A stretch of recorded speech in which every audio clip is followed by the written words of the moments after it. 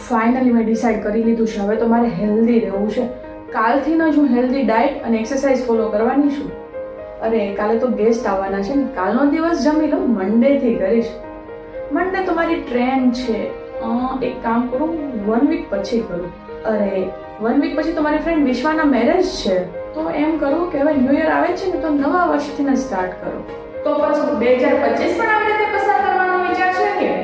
તો ચાલો આ યર 2025 માં સાથે મળીને હેલ્ધી અને હેપી રહીએ.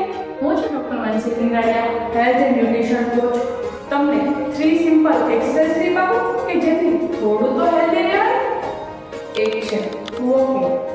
ઇન કેસ મોર્નિંગમાં વોક નથી થતું તો પોસ્ટ ડિનર એટલીસ્ટ 20 થી 30 મિનિટ વોક કરો કે જેથી તમારા સ્ટમકને થોડું તો ખાવાનું પચાવવામાં મહેનત ઓછી લાગે.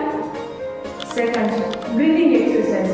ડેલી ઓન્લી 10 મિનિટ્સ બ્રીથિંગની એક્સરસાઇઝ કરવાની છે કે જેથી તમારા ફેફસા મજબૂત બને. એન્ડ થર્ડ છે જમ્પિંગ જેક કે જેથી તમારા ઓવર બોડી પાર્ટ મજબૂત બને.